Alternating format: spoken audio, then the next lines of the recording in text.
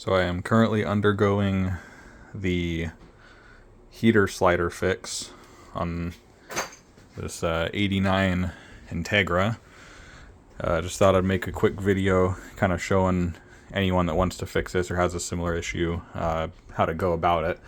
So when this is in the car, I got the heater panel out. This is probably the hardest part of the job, is probably getting it out and back in.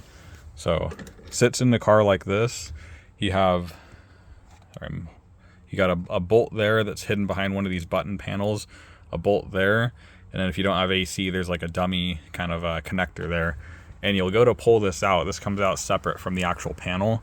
When you go to pull this out, you'll be, kind of yanking on it. You're like, why isn't it coming out? So I'm gonna go ahead and flip it over here. So it would be on the driver's side kick panel. You pull the trim out, and then you go up from underneath like this. There's this bolt. There's two ways you can do this. There's this bolt that you can pull out. I think it's an 8mm with a Phillips head. You can pull that out and pull this whole thing out with the bracket. Or subsequently, if you get a really short screwdriver with this in here, you can pull these two. You can pull those two screws out, and that should free that. And then there's also, this is where there's a third screw. It's really hard to get to. That is holds the actual cable in. You can see it's a little kind of hold down there, and you undo that with it in the dash. And then once that or these two, and then that, and then these two bolts are free, this thing should just slide right out. It might need kind of wiggled or whatever. And so the issue I was dealing with was, of course, the actual heater slider not connected. So what I found that is, so once you have this out of the car, I just put these loosely in, but you'll take these two screws out, pull those out, take those two screws out, and then this bracket, see there's the part that holds it into the car there via like a little clamp or whatever in the car, or a clip. So you can see right here, this is where the cable connects to. So you have the cable running from right here and then connects to this.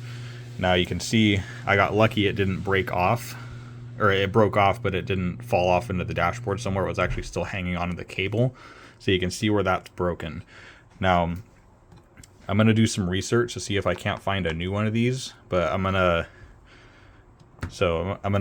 try to modify this one and essentially flip it, because I'll pull it out here and you'll see it's pretty well mirrored. So to get this out, so you have this little kind of slide or a twist lock.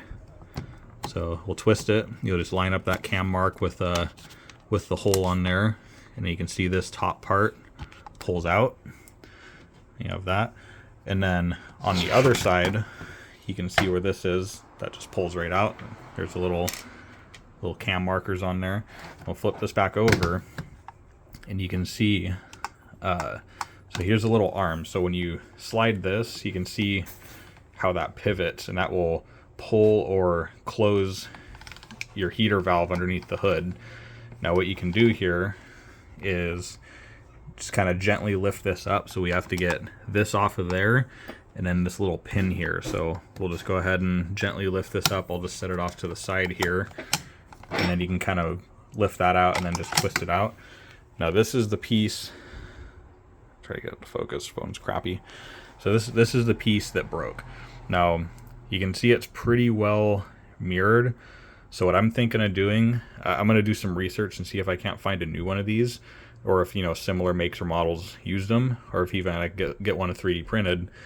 But what I'm thinking of doing is cutting this nub off. It's funny because they mirrored this part there to the other side. It's almost like Honda anticipated this to break or something. It was probably cheaper for manufacturing. But what I'm thinking of doing is cutting this off right here.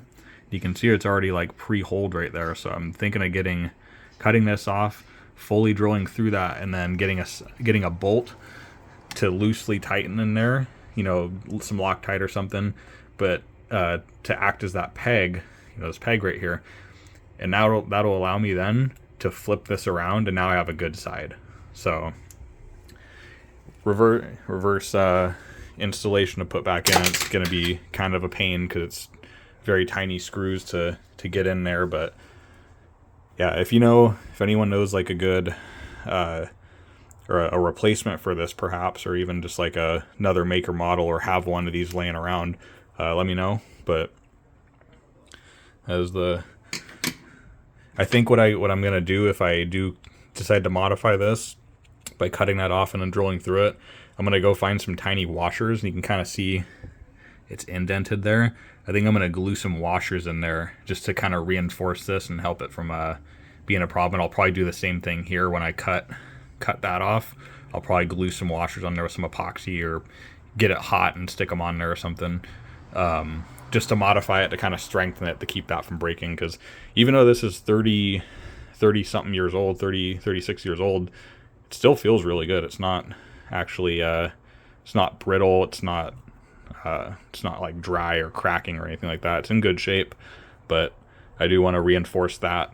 That's where the cable would go through and hook onto it. But I would recommend that if you're gonna do this job and do this method of modifying this to make it, to flip it, to try and strengthen this with some like metal or sheet metal, or I think I'm gonna go to Ace and find some tiny washers to glue on top of it or something, just to make it a little more rigid so it doesn't break in the future. But just thought I would share my information so far.